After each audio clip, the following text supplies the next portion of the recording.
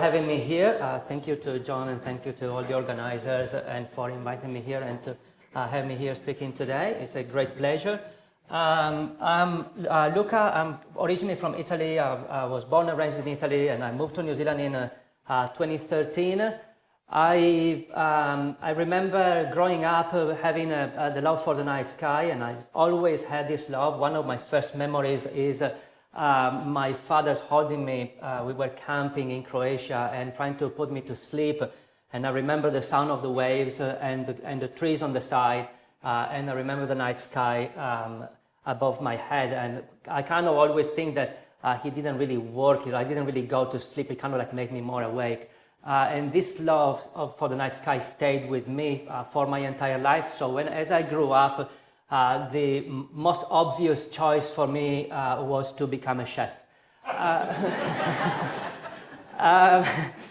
That's what I've done for about 20 years. I've been cooking, but always trying to learn about the night sky and astronomy.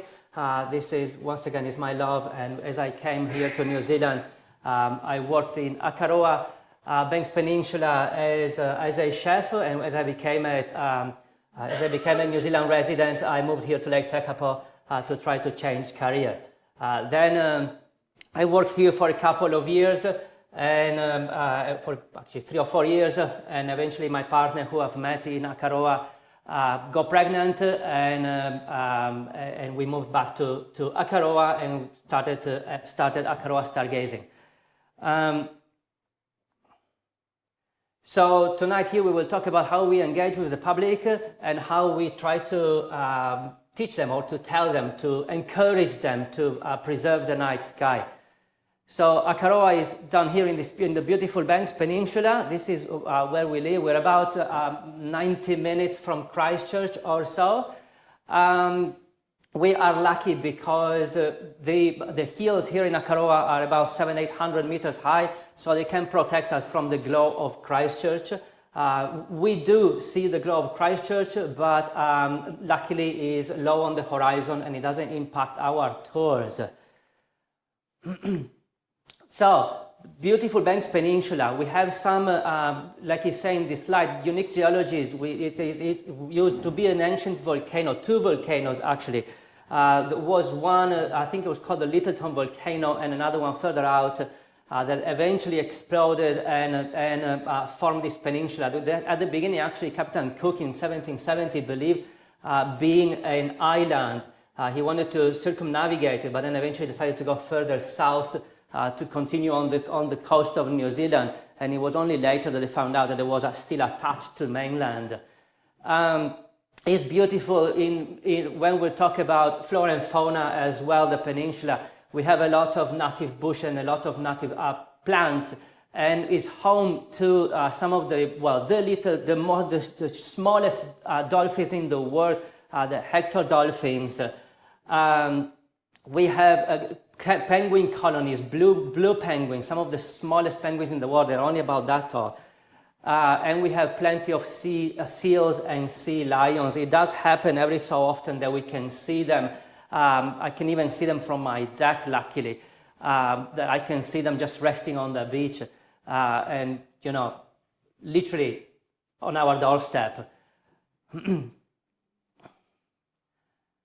Now, in our tours, we are a stargazing operator, so of course we will use telescopes, we will do naked eyes, we will use binoculars to look at the night sky and to look at deep sky objects, but we also care about the night sky. We don't simply do it for the money.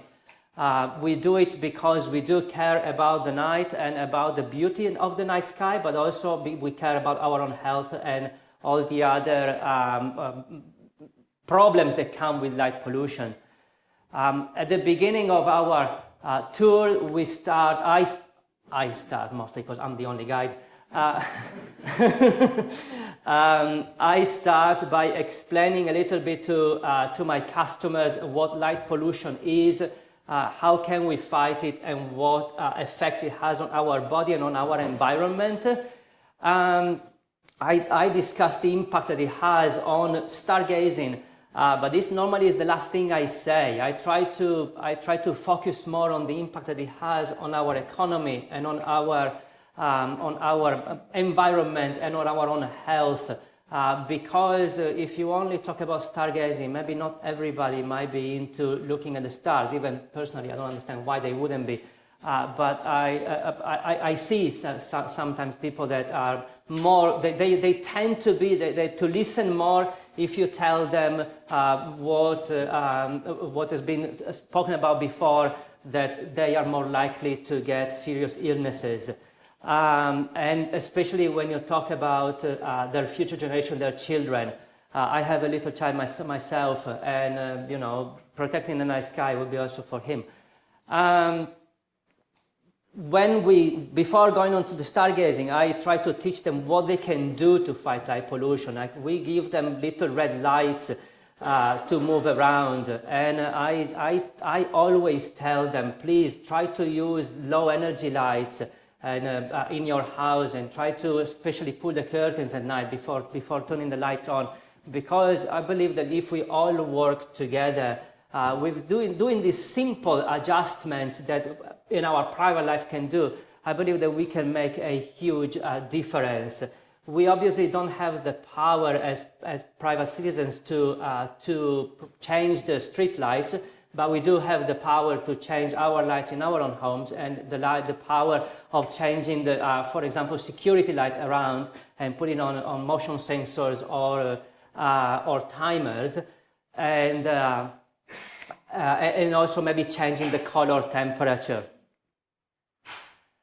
This is the Globe Christchurch scene from the Heritage Park, which is where we do our stargazing tours. Now, this is not really visible from the exact location of my tours, because I've strategically chose it where the glow is hidden by some bushes, but it is obviously there, and I cannot deny this. And this is the reason why I am happy actually that I can see it, because I can teach my audience, I can teach my customers about the problems of light pollution. Now, as you can see, it's not majorly impacting our activities, especially because Christchurch is in the northwest of the Banks Peninsula of Akaroa. As you guys know, we tend to look south here in the southern hemisphere because there's the coolest thing in the night sky. So we try to not look that way anyway. But if we see it, and if we, for example, cloud cover, we have to acknowledge the fact that Christchurch is light polluting our skies. This here is a picture during my tour. So this is basically, that one was looking northwest, this is looking south, and I can't remember if it was taken the exact same night, but it is possible, because I did see before this situation in the south and the Globe Christchurch in the north. Another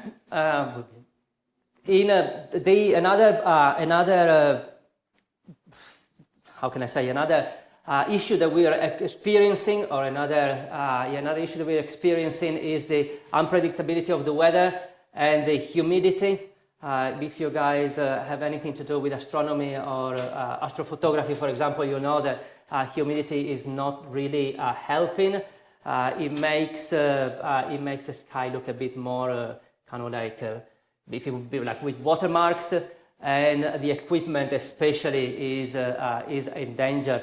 Luckily for us, the humidity is not that extreme. We don't live at the tropics, for example, or in the rainforest, but we did have situations where all the telescopes were drenched, basically. I had a situation once where my primary mirror was actually dripping wet, and at that moment we had to find solutions for that. So now I use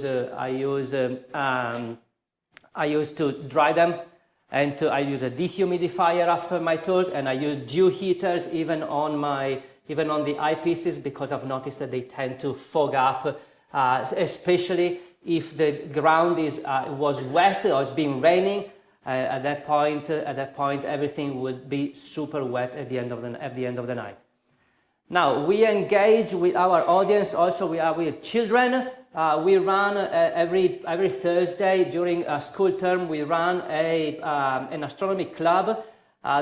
We have about 10 kids between 7 and 12-year-old that join. We talk about, last term we've been talking about the solar system. We talk about light pollution. I've been invited at the local school to talk about light pollution once as well. And I know that the kids have been also sending an email to the mayor of Christchurch asking to reduce the light impact in Akaroa. I also know that I think it ended up unresponded, unfortunately. But this proves the interest in fighting light pollution, even with the younger generations. In the last school holidays, we've been doing a special, and we've been talking about the James Webb Space Telescope. And during the whole school term, the kids have been talking about have been building a cardboard rocket, and this here is what they came up with.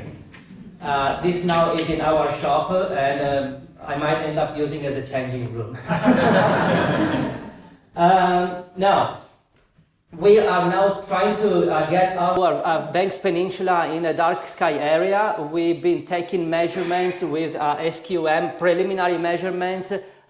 Here we can see the numbers. Heritage Park is where I run my tours, is about where are we? It's about there. And we can see 2120, 2129 is up the hill there. So this is just a small area. We would like to have the whole area from basically the Kite speed there going up here to Port Levy and everything coming this way certified in a dark sky area, but we are at the very beginning. Luckily, we have the support of our local MP, and we are really now building a team to start the talks about stopping light pollution and becoming a dark sky place. To finish, the real reason why I am seriously committed to fighting light pollution is this one. This here is my little child that is actually out there, and I am really afraid that he might be growing up without the possibility of seeing this. I grew up with seeing the night sky. My first love is the night sky. And I believe that he deserves the possibility to see the band of the Milky Way as he grows up. I like to say at the end of my tours that Maori say we don't own the land, we borrow it from our children. And I very humbly say that we don't own the night sky, we borrow it from our children. I owe the night sky to him. I am ashamed every time that I see the glow of Christchurch from the Heritage Park, because we are ruining the beauty of the night sky to them. Thank you so much, guys.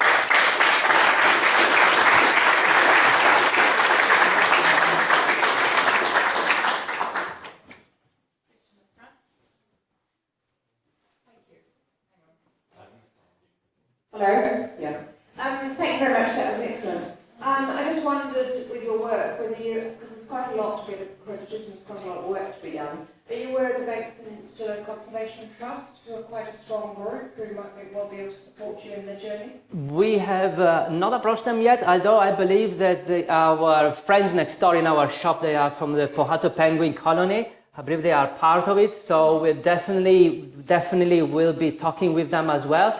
Like I said, at the moment, we are very early in the process. I've literally taken those measurements last winter.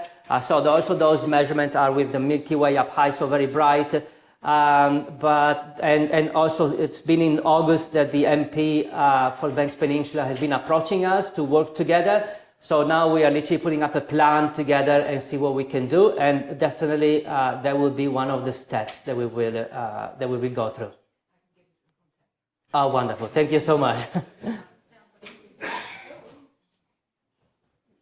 sounds very useful. Thank you very much. Thank you.